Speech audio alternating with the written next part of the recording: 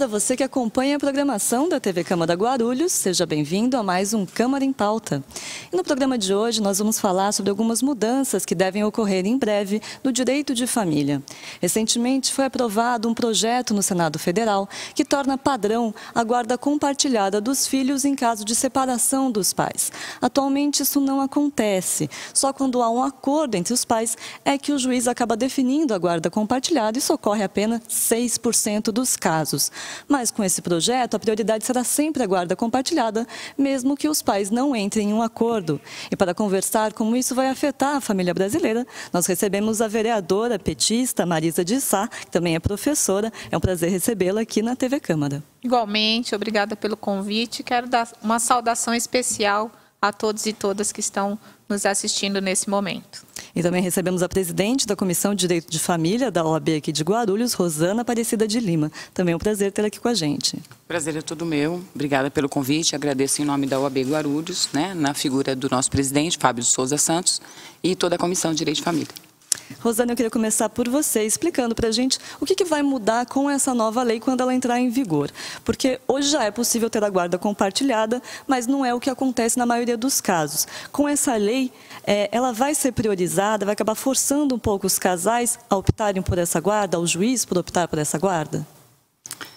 Na verdade, é meio complexo dizer como vai funcionar, na medida em que isso vai acontecer passo a passo, por uma adaptação. O que a lei determina é que a guarda compartilhada é a regra e o juiz vai impor essa guarda compartilhada ainda que o casal não aceite. Esse é o comando da lei. É priorizar a guarda compartilhada, ainda que os pais não tenham acordo nesse sentido. Essa prioridade da guarda compartilhada é no interesse do menor, e ela só não vai ser aplicada se um dos pais, um dos genitores, abrir mão dessa guarda compartilhada ou o exercício dessa guarda compartilhada se tornar incompatível com a situação familiar. Um exemplo disso é um pai que mora muito distante. Então, ficaria complicado, um pai que mora nos Estados Unidos, na Europa. Aí ficaria um pouco complicado. Então, neste caso, aí é uma exceção da lei. Fora isso, é meio que abolir praticamente a guarda unilateral, que era mais ou menos o modelo até recentemente. Na verdade, a mudança não é tão gritante, porque nós já temos uma lei de 2008, temos o Código Civil de 2002, a Lei 11.406 de 2002, e aí meio que uma contextualização histórica. Código Civil de 1916, ele não tocava nesse assunto, porque era um modelo da época, ou seja, as mães naquele momento histórico de 16 para frente, as mães não exerciam atividade laborativa, não tínhamos o divórcio inicialmente, então não houve preocupação do legislador nesse momento. Em 2002, com o Código Civil de 2002, não houve uma preocupação dessa guarda compartilhada, mas logo em seguida, em 2008, isso já foi determinado. Acontece que esta guarda compartilhada dessa lei de 2008, ela acabou que na prática não sendo muito aplicada. E ela não foi muito aplicada, não digo por resistência dos operadores, do judiciário, dos advogados, mas por uma condição cultural. E que neste momento vai ser uma quebra de paradigma. Ou seja, gostando ou não, tem que haver o compartilhamento. Eu acho que no decorrer dessa nossa conversa, a gente vai ter oportunidade de colocar mais algumas situações a esse respeito. Mas, basicamente, ela vira regra, independentemente da vontade dos genitores, sempre no interesse do menor. É o legislativo tentando fazer uma mudança cultural na sociedade que não está acontecendo naturalmente ainda, está um pouco lenta. Vereadora, a senhora concorda com essa lei? Então, eu acho que a lei ela é boa. Ela inicia em 2008, foi sancionada pelo presidente Lula, que é muito difícil uma separação. Mas eu entendo, eu vivi isso recentemente, que a guarda compartilhada ela tem que acontecer no dia a dia. Não é uma lei que vai instituir a guarda compartilhada. Então, num primeiro momento, eu achei que a mãe né? No meu caso, deveria ter a guarda dos filhos, até porque a gente tem medo de que o companheiro leve a criança embora, né? Que aconteça alguma coisa. Então, a gente quer sempre proteger, né, o filho, ter a certeza de que você vai ter o seu filho ali perto, próximo de você. Mas como educadora, como os meus filhos, não sei se tiveram a sorte ou não, mas são filhos de 2 professores, né? Então, a gente, no decorrer, a gente foi construindo a guarda compartilhada das nossas vidas, né? No dia a dia. Então, eu acho que isso é uma coisa muito positiva. Mas, como falou a doutora, não é uma coisa que acontece assim, porque está escrito lá no papel. Até porque uma separação é sempre muito difícil, né? Mas os pais, eles têm que entender que os filhos, eles são para sempre, né? Eles não são... são eternos, né? E a gente tem um vínculo com o companheiro quando tem um filho com ele que também é eterno. Então, acho que para a criança é o melhor. A criança poder ter o convívio com o pai e com a mãe. É essencial para a formação da criança. E se um pai, se uma mãe quer que seu filho realmente seja feliz, ela não pode usar aquela criança, aquele filho, aquela filha como uma arma, que muitas vezes as famílias fazem isso, né? Então, eu acho que a guarda precisa ser compartilhada, sim, até para que as crianças tenham convívio com os dois. No momento que se separa, a mãe acaba falando alguma coisa do pai, o pai falando alguma coisa da mãe, e a criança entra ali naquele conflito, né? De quem está falando, quem está certo, né? Então, é muito difícil a separação de um casal. Então, acho que a guarda compartilhada e o passar dos dias, ele vai limpar isso. E a criança vai poder ver que a mãe dela é importante, né? Que todo mundo tem defeito, a mãe e o pai, mas que ambos são importantes para a vida daquela criança. E mais importante ainda é o pai e a mãe entender a importância de que a criança ela precisa de mãe e precisa de pai, né? Ela precisa da família, ela não precisa só da mãe e do pai, ela precisa da avó, que às vezes tem um papel muito importante, do avô, do tio, da tia. Então, a família é muito importante na vida de uma pessoa. Então, acho que é fundamental a gente construir isso na sociedade, efetivamente essa guarda compartilhada. É claro que a gente tem uma série de problemas, a gente tem casos que devem ser estudados, que aí, não havendo condições, o juiz tem que, né, o juiz, o judiciário tem que se posicionar. A gente sabe de pais violentos, né, de pais que não têm condições emocionais de cuidar do filho, de pessoas até que chegaram a matar seus próprios filhos, né? A gente vê aí coisas terríveis. Então, acho que casos de exceção, que isso não for possível, aí sim tem que se tomar outras medidas, que isso precisa ser acompanhado. Mas nos casos normais, da maioria dos casais, né, eu acho que tem que se forçar, sim, uma construção de guarda compartilhada, e no dia a dia é fundamental que as pessoas possam compreender isso, a importância que existe. É óbvio que o filho vai amar a mãe e vai amar o pai, né? Então, é importante o convívio com essas duas pessoas. Eu acho que para você ver uma criança a cada 15 dias é uma coisa cruel para a criança e também para a mãe ou para o pai, né? Então, você poder combinar. É claro que é difícil, né? Quem não quer passar o Natal com seu filho? Está chegando Natal, né? Tanto que se separou. Os dois querem passar o Natal, os dois querem passar o Ano Novo, né? Então, é sempre muito difícil. Você estava acostumado com uma vida em família, em que estava todo mundo junto, né?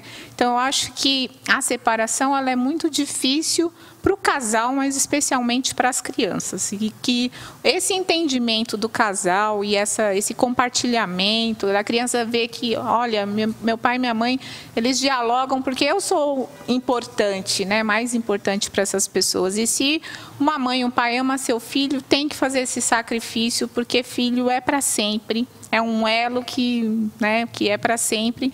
Então, tem que procurar ter um bom convívio, até para a saúde mental da criança, para a saúde emocional, isso é fundamental.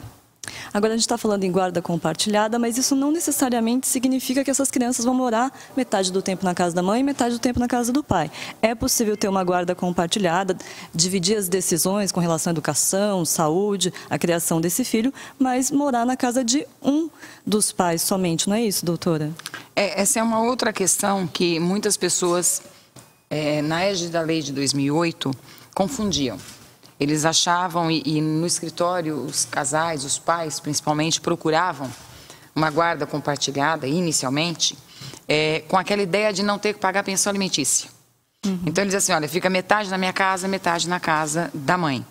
Isso, a doutrina, a literatura jurídica de 2008 para cá, construiu o entendimento de que esse tipo de guarda, segunda, quarta e sexta, terça, quinta e sábado, né, ou 15, isso não era guarda compartilhada, isso era guarda alternada, né? A doutrina constrói outros termos relacionados à guarda. Nesse sentido, esta guarda, metade do período com cada um, isso é uma alternância, isso não é um compartilhamento. Então, vamos lá no termo, compartilhar. Compartilhar é fazer junto. E compartilhar, ele é muito mais do que uma lei, é um estado de espírito, é como a vereadora colocou.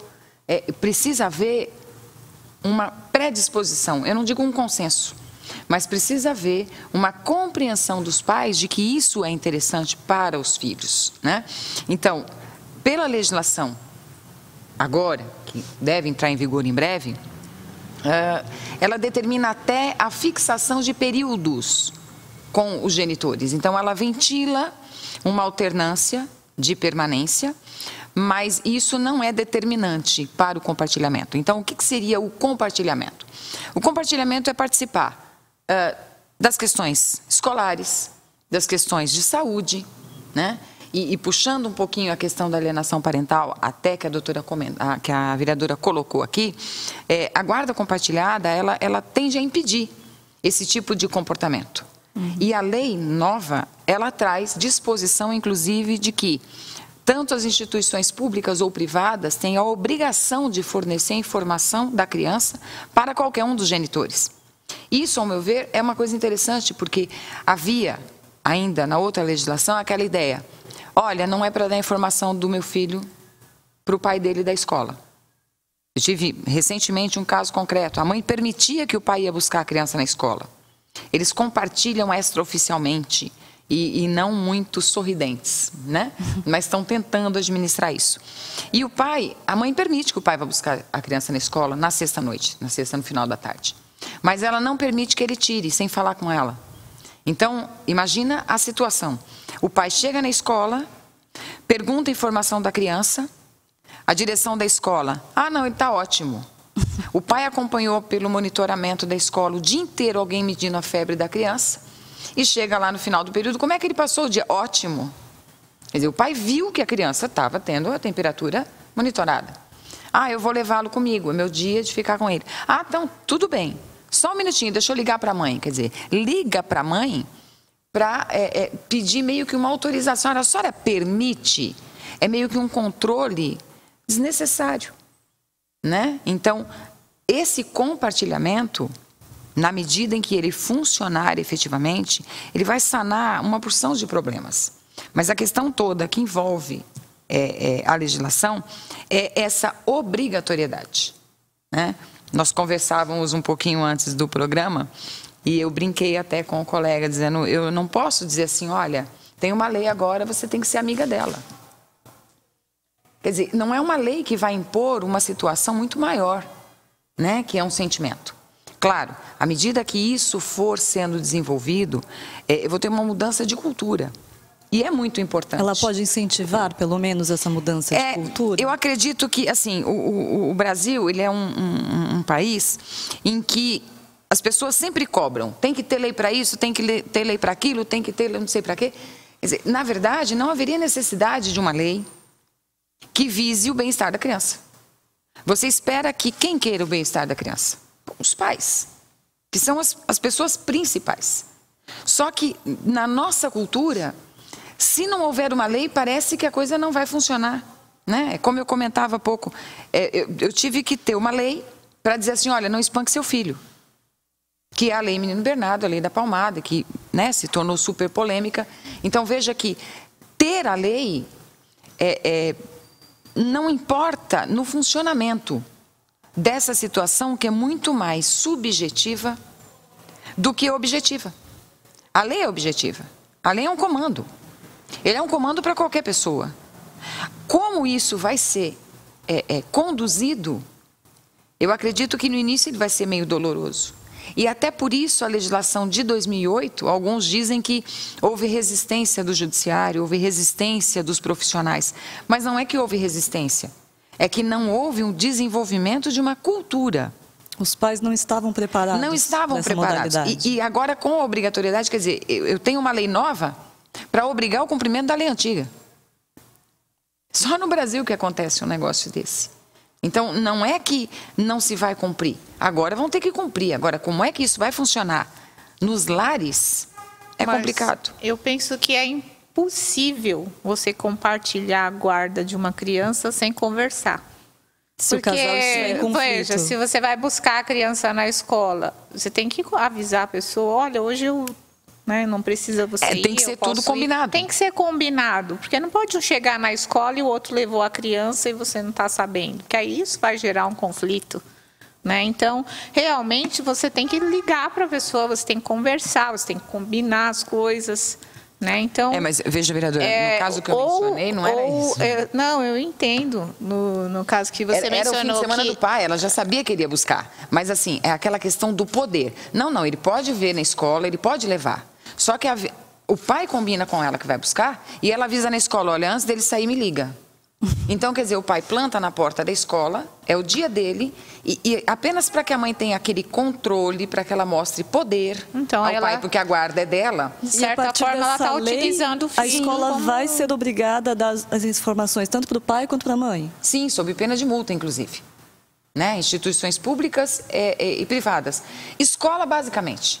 Porque muitas mães ou pais, e aí a gente não quer colocar a figura apenas da mãe, Nem sempre a mãe é aquela que aliena tecnicamente a criança. O pai também, os avós.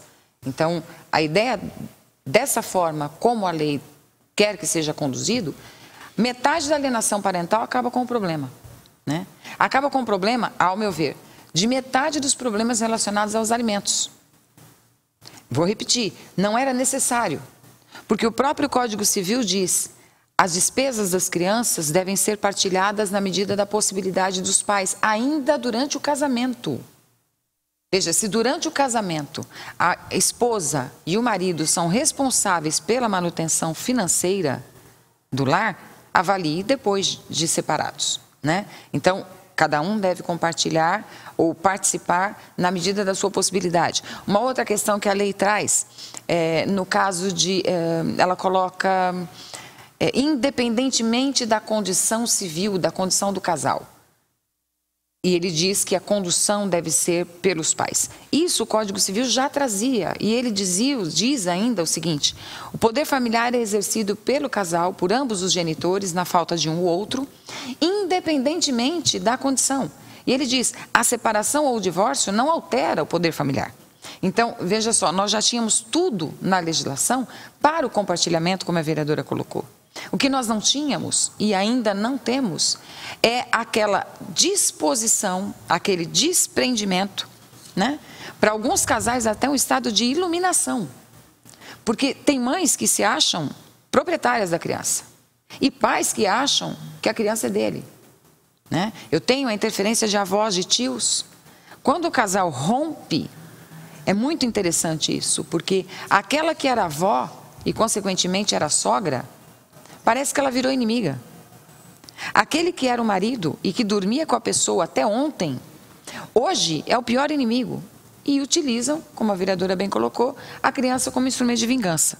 Então, isso a lei tende a diminuir. É importante, assim, educacionalmente lembrar que a criança precisa ter uma rotina também, Então, por isso que tem que ser bem definido. E quando o casal realmente não conseguir dialogar, Eu acho que a lei, no caso, tem que o Poder Judiciário estabelecer quais são os dias, né, quais são os horários, até que com o decorrer do tempo, que forem se acalmando aí possam se adaptar ânimos, para essa situação as pessoas nova. já vão conseguir dialogar melhor, vão conseguir conversar melhor. Mas a criança também precisa ter uma rotina, né? Sim. Então, se os pais não conseguem conversar, aí judicialmente tem que se estabelecer uma rotina. E, claro, a criança precisa ter residência, precisa ter regras, porque o que acontece muito também com as crianças, eles te testam. Então, eles dizem assim, você não deixa fazer isso, então eu vou para casa do meu pai. Exatamente. Eu já ouvi isso, né? Eu falava assim, você quer ir? Espera aí que eu vou telefonar para o seu pai. Olha, vem aqui buscar o seu filho que ele está com vontade de ir para sua casa, porque você tem que quebrar, você não pode deixar a criança utilizar, eu fico nessa casa, se não me deixarem fazer o que eu quero, eu fico naquela casa, né? Porque a criança ela é muito esperta, né? Então as crianças de hoje, elas estão na geração das tecnologias, né? Então são avançadíssimas, né? Então a gente tem que tomar esse cuidado, porque a criança também precisa ter regras, precisa ter limites, e não, muitas vezes o pai ou a mãe, para até ganhar, de certa forma, que estão disputando ali aquela criança, eles utilizam, deixa a criança fazer tudo o que quer, aqui tudo pode. Vai permitindo mais do que devia. Exatamente. Mas isso é muito prejudicial para a criança, né? Não vai ser uma coisa positiva. Então, a gente, né, educacionalmente, eu acho que sempre a gente tem que pensar que ser humano queremos formar. Né? Tá certo, eu vou fazer uma pequena pausa agora. Desculpa te interromper, vereadora, que a gente já estourou um pouquinho o nosso tempo, mas a gente volta no próximo bloco falando mais sobre isso, ouvindo mais da opinião de vocês. Então, daqui a pouquinho a gente volta com mais Câmara em Pauta, discutindo um assunto que está rendendo bastante aqui, que é a guarda compartilhada dos filhos para os casais separados. Fique com a gente.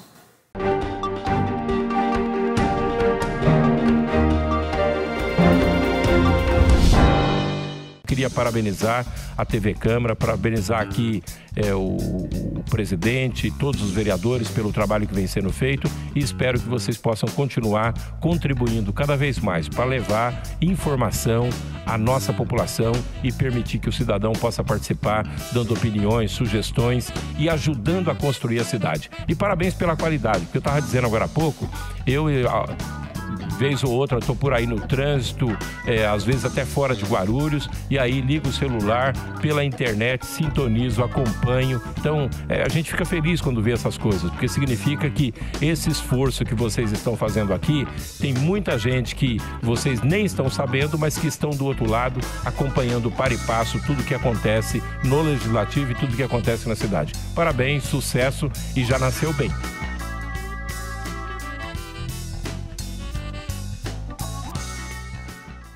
Exerça a sua cidadania e acompanhe as sessões ordinárias da Câmara de Guarulhos. Fique por dentro do cenário político da cidade e das mudanças na legislação municipal e veja as propostas e as posições de cada representante eleito pelo povo. Todas as terças e quintas, a partir das 15 para as 2 da tarde, começa a cobertura das sessões em que você acompanha entrevistas, debates e votações do Poder Legislativo aqui na TV Câmara Guarulhos, o canal da cidadania. A Câmara Municipal de Guarulhos acredita num mundo melhor e mais igual. E a igualdade de direitos passa por cidadãos democraticamente bem informados. Para que a informação chegue realmente a todos, a Câmara aposta na inclusão. A transmissão das sessões conta com o apoio de um intérprete de Libras, a língua brasileira de sinais. Assim, o deficiente auditivo também pode acompanhar tudo o que acontece na política da cidade e exercer, de fato, o papel de cidadão. TV Câmara Guarulhos, o canal da cidadania.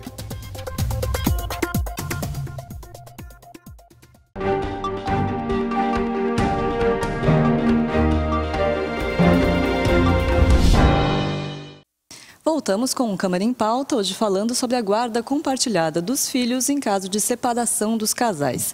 A gente discutia aqui justamente que a lei tenta forçar uma mudança na cultura que ainda não aconteceu naturalmente na sociedade. Está um processo um pouco lento para que os pais entrem nesse acordo de criar os filhos de maneira conjunta de fato. Caberia ao Estado, então, tentar auxiliar nesse processo de mudança de cultura, ter um auxílio psicológico para os pais que vão ter a guarda compartilhada? Qual que é a opinião da senhora, vereadora? Eu acho que sim, que seria muito bom se a gente tivesse acesso à população, né, de forma maior, né? A gente até sabe que tem psicólogos que atendem na UBS, mas para os casais determinados pela justiça, né, que a gente tenha um local específico que atenda tanto o casal que está separando quanto aquelas crianças. Eu acho que isso é importante para dar um suporte, para muitas vezes chamar a pessoa ao retorno da sua consciência, né? Que às vezes a pessoa está desestruturada emocionalmente, ou o homem ou a mulher, e as crianças, em consequência do próprio desequilíbrio dos pais, vai ter efeitos com certeza nos filhos, né? Então, eu acho que o acompanhamento psicológico do casal, ele é muito bom. Eu acho que ele ajudaria bastante a família. Agora, com relação a essa guarda compartilhada, no caso de dividir, morar um tempo em cada casa, a criança também precisa de um preparo para lidar com essa situação, porque essa questão da rotina que a gente comentava, a rotina acaba sendo alterada bastante também. O convívio com os pais, com ambos os pais, acaba sendo mais benéfico do que essa quebra na rotina, de repente. Como é que fica a cabeça da criança que está experimentando essa guarda compartilhada, que ainda é algo novo até para os próprios pais? Na verdade, Renata, é como nós estávamos conversando há pouco. A questão, primeiro, é cultural. Segundo, a criança precisa também ser preparada, porque, como a vereadora colocou antes do intervalo, a criança era muito esperta. Ela acaba se aproveitando do melhor que cada um pode oferecer. E a criança precisa ter rotina, precisa ter limite, ela precisa ter o seu espaço. Né? Eu costumo dizer que quem tem duas casas não tem casa nenhuma. Porque se a gente pegar, por exemplo, um modelo família mosaico, nós temos 8, 9 formas de família na atualidade. Uma delas é a família mosaico, que ela é conhecida, né, basicamente pelo chavão. Os meus, os seus e os nossos. Então vamos pegar essa situação e inserir a criança nesse modelo de guarda compartilhada em que, teoricamente, ficaria um período com cada um. A mãe, ela tem um novo relacionamento, uma nova união. E ela tem agora filhos dessa nova união. O marido, que veio também de um lar, de um relacionamento conjugal extinto, ele talvez traga os seus filhos. Então, qual é o modelo da família mosaico? Bom, a mãe traz os filhos dela, no caso, essa criança da guarda compartilhada. O pai traz os filhos dele, e que hoje será também no modelo da guarda compartilhada, e eles em conjunto têm filhos. Imagine se prevalecer o entendimento de 15 dias para cada um, e acredito eu que essa não é a ideia da lei. Ela prevê que se estipule períodos de convivência, mas não necessariamente uma tabelinha na geladeira, para você ficar consultando, né? Porque é muito mais sério do que isso. Então você imagina que essa criança que veio para esse lar nessa quinzena, por exemplo, talvez nessa quinzena ela não encontre com os filhos do padrasto e tenha contato com os filhos do pai e da mãe. Na quinzena seguinte isso pode se inverter e no Natal eles se reúnem. De repente, na cabecinha da criança, aquele que veio para esse período, ele funcionaria quase como um intruso. Não para os pais, mas dentro do contexto dos outros filhos. Porque esse é um modelo de família que está aí, está presente. Então, dividir essa guarda não necessariamente seria a criança com uma mochila nas costas.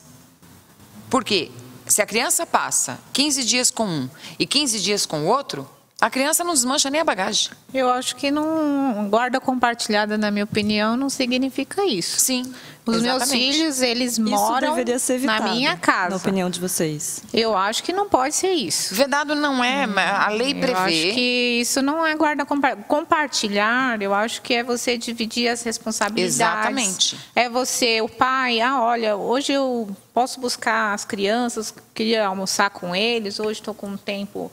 Né? E não isso ficar à mercê da boa vontade daquele que detém a guarda, deixo ou não deixo. Então, seria você combinar para que o pai e a mãe possam ter mais tempo com a criança. Olha, hoje eu não posso levar a criança ao médico, você vai lá, você leva, né? Que seria uma coisa normal. Agora, a criança ela tem que ter residência fixa. E a lei diz isso, inclusive, né? Então, ela mora, ela tem que saber qual é o endereço dela. É o maior período do que maior ela passar. período, né? Então, não pode... porque não daria certo. Imagina ser 15 dias numa casa, 15 dias na outra, né? Então... eu acredito que é você não achar que o pai só pode ver a criança a cada 15 dias, naquele período estipulado, e durante a semana não pode ter contato, o pai ou a mãe, né, com aquela criança. E seria combinar melhor, compartilhar melhor, né, as responsabilidades, conduzir, né, a vida da conduzir. criança. Por isso que precisa ter diálogo. Eu acho que guarda compartilhada sem diálogo é quase que impossível. Então, realmente precisa ter o diálogo da mãe e do pai. Senão vira aquela coisa, é guarda compartilhada. Né? E aí um vai buscar, o outro levou, e aí começa aquela confusão. Né? Então, as pessoas precisam conversar. Mas a criança, ela precisa ter referências, ela precisa ter rotina, ela precisa ter regras. Ela precisa ter os horários da casa. Ela precisa ter horários. Toda criança precisa ter horários. Tipo de alimentação. Né? Então, eu acho que... isso é compartilhar, não significa que a criança vai morar uma semana numa casa, uma semana na outra, que aí é complicado. Aí eu realmente acho que é complicado. Eu acho que é realmente compartilhar, dividir, né, poder estar mais junto, né, não ser aquela regra... estabelecida aqui a cada 15 dias, né? Então você não pode, você está pertinho, mas você não pode ver a criança, porque é só no Porque não é o dia. Chegou 10 minutos atrasado no dia da visita, não vai levar mais. Você percebe que a criança vira instrumento de vingança. E essa colocação dessa guarda, que não necessariamente tem que ser um período com um e um período com o outro, porque, como eu disse no início, compartilhar é fazer junto. Um período com cada um é fazer separado. Não, nessa quinzena o problema é seu. Isso não é compartilhar. Mas é interessante a gente abordar esse aspecto, porque quando o Código Civil de 2002 entrou em vigor, ele trouxe uma disposição e ele dizia assim, foi a primeira inovação da guarda, né? E ele dizia assim, a guarda da criança caberá ao genitor que melhor condição tiver de conduzi-la. E dizia, e ainda diz, o juiz pode determinar que um terceiro tenha guarda. Então, se eu coloco, por exemplo, num pai que tem problema com alcoolismo e uma mãe que tem problema mental ou tem depressão, não necessariamente vai ficar com nenhum dos dois. Então, isso já foi uma primeira inovação no Código de 2002. Só que quando surgiu o Código Civil dizendo que aquele que detivesse melhores condições, os escritórios ficaram abarrotados. Todo mundo começou, não, então, que agora está na lei, que você tem eu vi condição. na televisão, e como agora quem tem melhor condição fica, eu quero pedir a guarda do meu filho. Ok, qual é a sua melhor condição? Não, porque eu ganho o triplo da minha esposa. Ótimo, aumente a pensão. Não, mas não é para aumentar a pensão, que eu quero ele para mim. Senhor, quem tem melhores condições não é financeira, necessariamente. Né? Vamos supor que uma mãe executiva de uma empresa tenha que passar 3 anos na Inglaterra. Pode não ser interessante para a criança naquele momento passar 3 anos na Inglaterra com a mãe. Então, naquele momento, talvez a mãe não seja a melhor pessoa para ter a guarda. Isso no modelo anterior, né? Naturalmente. Então, poderia, nesse caso, a criança ser deferida ao pai. Por quê? Porque os avós estão mais próximos, os tios, a rotina de escola, a questão do choque cultural, do idioma, né? Então, nesse caso é que a lei dizia, quem tiver melhores condições, mas não financeira. Então, da mesma forma que se deturpava a ideia inicialmente, pode haver uma deturpação agora. Então, a lei diz que o juiz fixará os períodos. Mas o juiz fixará os períodos se não houver consenso, entendimento. Né? Então, o modelo que se busca com essa nova legislação, ou seja, veio uma lei para obrigar que se cumpra outra. Porque como na outra acabou sendo aplicado no consenso, agora eu torno obrigatório.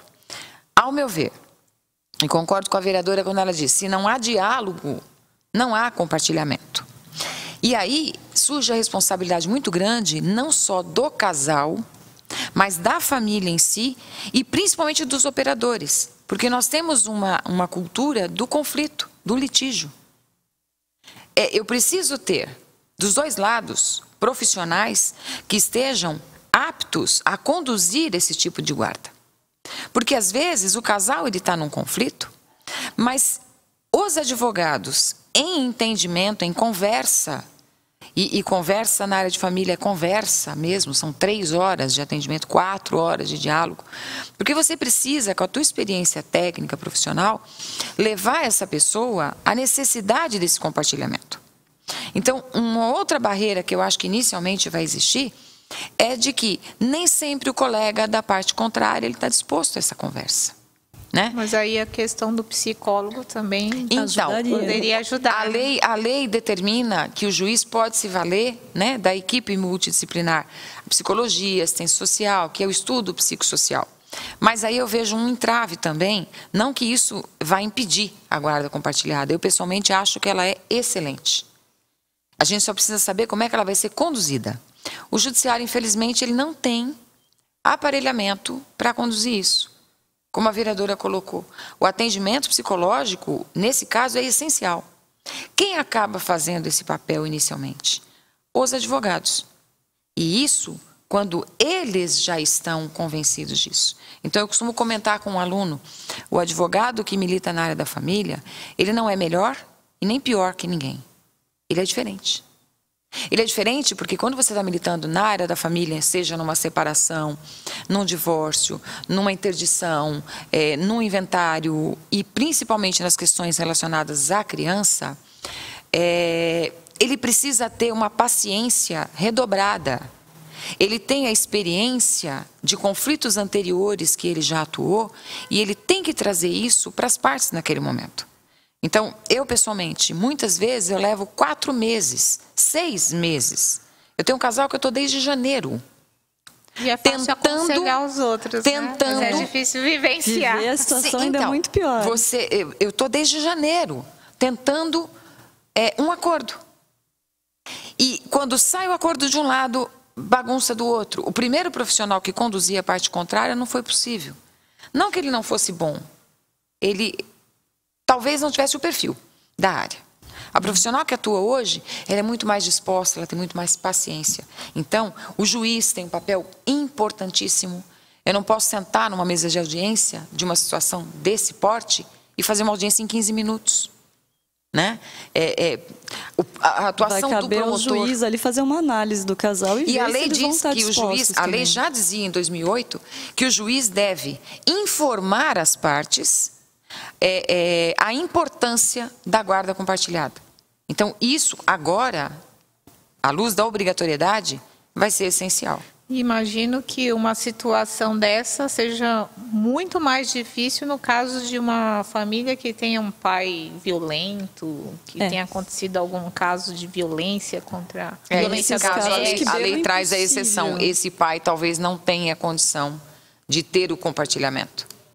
E como que fica essa questão da pensão alimentícia? A senhora citou no começo, mas são duas coisas completamente independentes? A guarda compartilhada e a pensão alimentícia?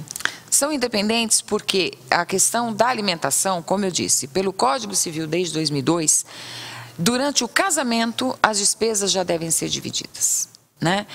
Aquele modelo de que a esposa fica em casa e o marido é o provedor, esse momento foi ultrapassado. Né? As mulheres, e aqui nós estamos em maioria, as mulheres lutaram muito para conquistar esse espaço. E conquistaram. Então, agora, elas têm que administrar isso. A colaboração. Eu acho que é uma das leis que mais funcionam, eu diria, no Brasil hoje. Mas, anteriormente, havia uma resistência dos maridos. Né? Eu sou de uma época de infância de que a ideia era assim, mulher minha não trabalha. Essa cultura, e veja, quanto tempo demorou? Essa cultura acabou. Hoje, os maridos fazem questão, a maioria, de que as mulheres desenvolvam uma atividade remunerada, porque Não está bom para ninguém, está complicado para todo mundo. Os custos. Quando eu trago isso para a dissolução do casamento, muitas mulheres, e às vezes por falta de conhecimento, elas acreditam que ela cuida e o pai paga. Então, eu tive a oportunidade de conduzir um núcleo de prática institucional de uma universidade, e dentro desse trabalho, nós tínhamos, na época, 12 audiências por dia de conciliação de alimentos. E quando a gente chegava para verificar o valor, a mãe dizia assim, bom, eu quero o da lei. Ok, senhora, o que é o da lei? Não, o que a lei manda. Ok, mas o que a lei manda? Não é 30%? Não. E algumas diziam assim, então mudou. Na verdade, a lei nunca estipulou 1/3. Não era nem 30%, era 1/3. Quem estipulou isso foi um entendimento jurisprudencial. De que com 2/3 o pai consegue viver e com 2/3 a mãe consegue viver. E esse 1/3 colabora para a criança. Agora, esse 1/3, ele tem que estar ligado a várias circunstâncias. Se eu pegar, por exemplo, um pai que ganha, um jogador de futebol, que ganha 2 milhões de reais por mês, a criança não precisa de 1/3 disso. Então, aí nós temos razoabilidade, proporcionalidade, né? O alimento, ele não é para enriquecer. Não é para sobrar e nem é para faltar. Ou seja, eu não tenho regra de alimento. Eu tenho em alimento necessidade e possibilidade. Dentro do contexto da guarda compartilhada e mesmo na guarda unilateral, quando fazíamos as audiências, a mãe pedia 1.000. Ok, o que a criança precisa? Lógico, ela vai relatando valores, porque mentalmente ela vai somando. Bom, acho que já deu 1.000.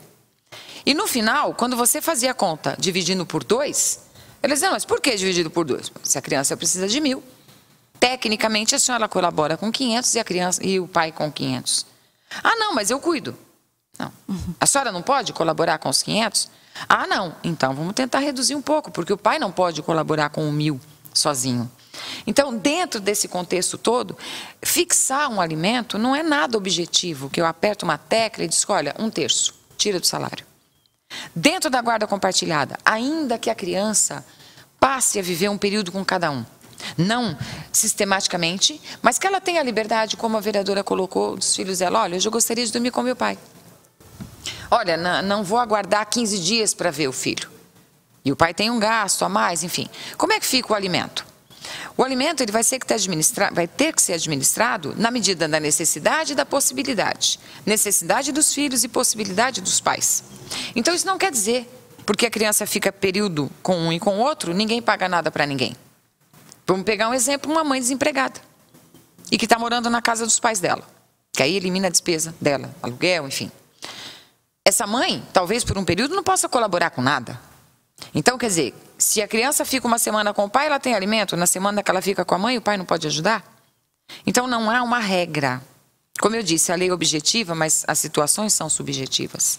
É por isso que cada a fixação caso é um vai caso. acontecer. Porque nós temos diferentes situações, né? Então, eu acho que, nesse caso, não só o judiciário, aí a questão da equipe multidisciplinar. Sim. Eu acho que toda a vara de família, tudo que envolve a questão das relações humanas precisa de uma equipe multidisciplinar. A gente tem aqui na casa dessa equipe, a Procuradoria da Mulher, que a gente se depara com diversas situações que a gente, né, e agora, né? Então você tem que recorrer à questão do assistente social, à questão do psicólogo, né, o advogado, o educador, o pedagogo, né? Então, como eu falei no início, o fato da gente ter 2 pais que são professores, que são educadores, que lidaram com crianças que viveram essa situação, a gente já tem uma possibilidade maior de ter uma compreensão do estrago que um pai e uma mãe pode fazer na vida de uma criança,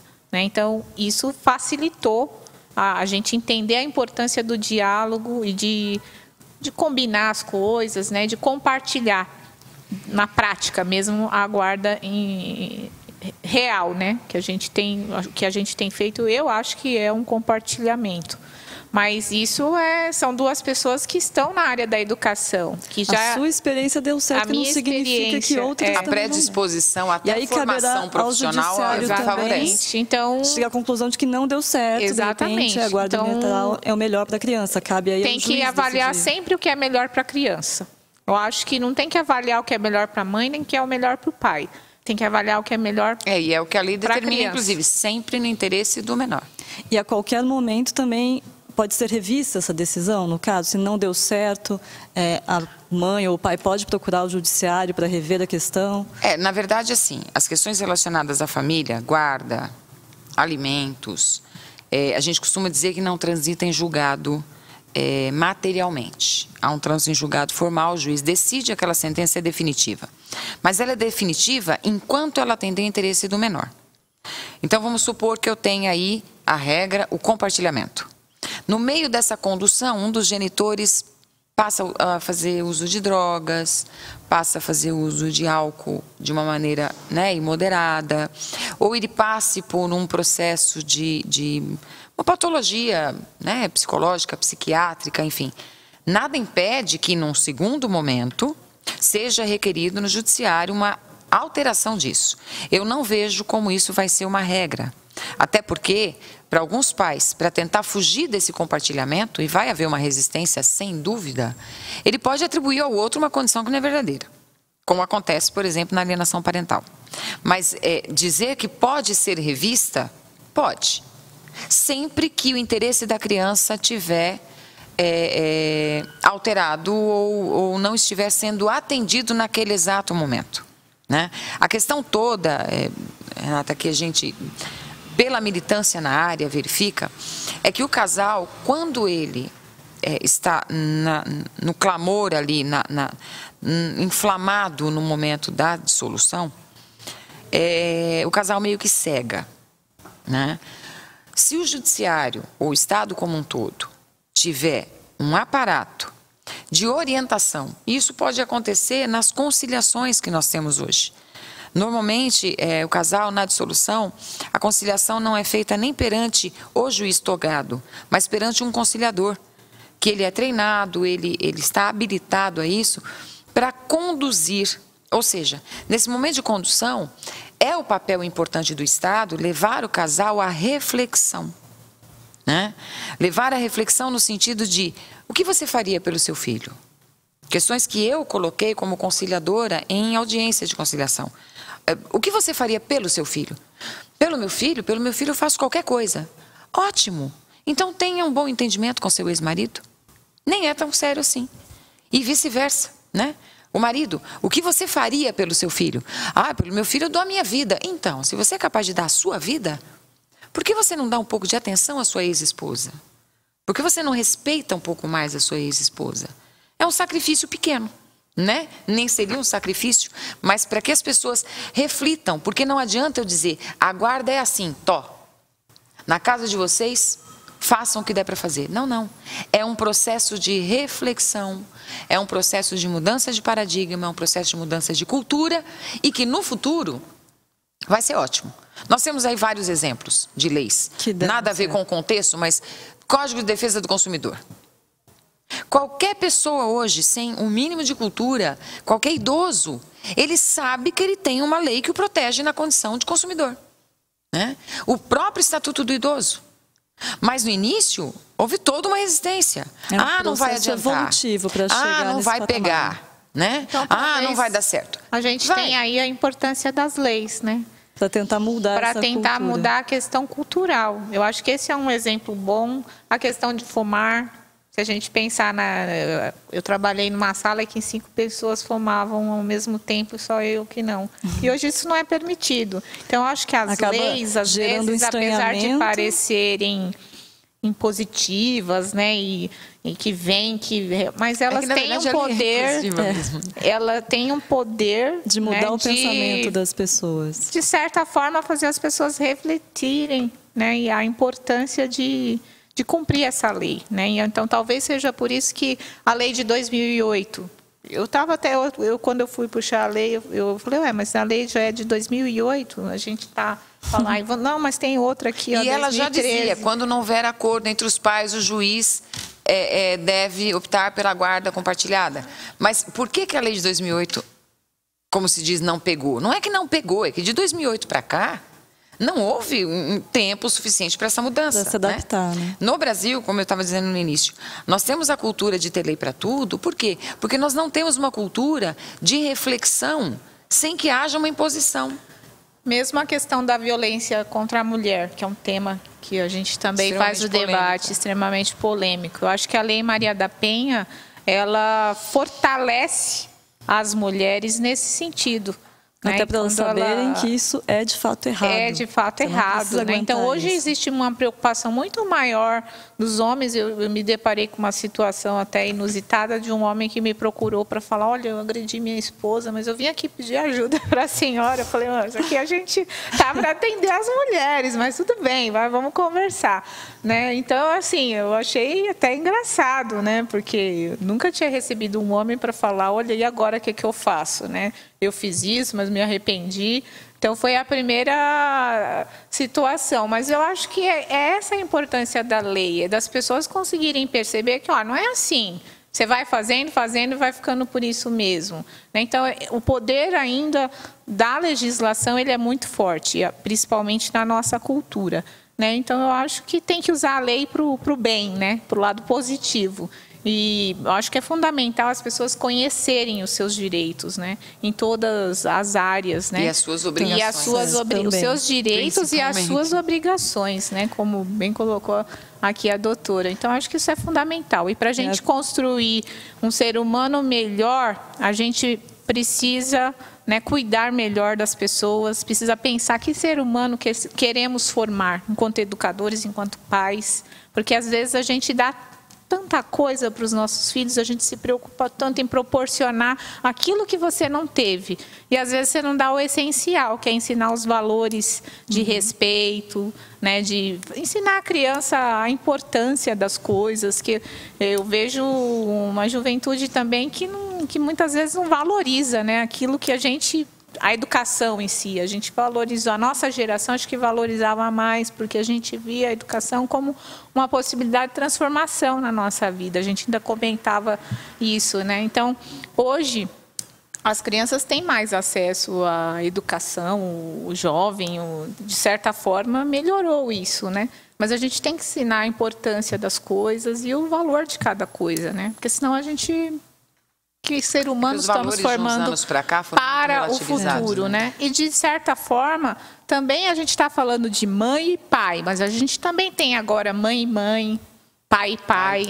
Conceito de família então, os conceitos de família, eles também vêm mudando. Como eu disse, nós temos 8 ou 9 então, não é só modelos diferentes. Exatamente. A conversa está boa, mas vou ter que interromper, porque a gente já estourou completamente o nosso tempo hoje aqui. Mas eu queria agradecer a presença da vereadora Marisa de Sá. Muito prazer recebê-la aqui na TV Câmara. Muito obrigada pelo convite. E acho que esse é um assunto polêmico e que a gente precisa continuar conversando e que os pais que verdadeiramente amem os seus filhos compartilhem a guarda, dialoguem, porque a vida, né, ela é curta, ela passa rápido e a gente tem que criar aí muito bem os nossos filhos, dar uma boa educação para que eles possam ser grandes valores humanos na nossa sociedade.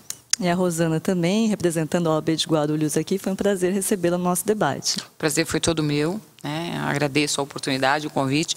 Como a vereadora colocou, né, o assunto não se esgota. É um começo de conversa. E queria fechar apenas a minha fala trazendo uma disposição da Constituição Federal que, ao meu ver, ela justifica muita coisa, né, nesse contexto que nós estamos tratando aqui. Ou seja, a família é a base da sociedade, né, e tem especial, ou deve ter especial proteção do Estado. Então, se eu digo que a família é a base da sociedade, se essa base não for muito bem estruturada, que ser humanos queremos ter, né, para o futuro? Que tipo de pessoa a gente está formando? Então, isso é uma responsabilidade de todos e não apenas do Estado. Tá certo. Obrigada. E esse foi o nosso Câmara em Pauta de hoje, falando um pouquinho sobre a guarda compartilhada dos filhos nos casos dos pais separados. Mas você pode mandar e-mail para a gente também, sugerindo outros temas que são discutidos aqui no programa. O e-mail é câmaraempauta@camaraguarulhos.sp.gov.br. Muito obrigada pela sua audiência. A gente se vê no próximo programa.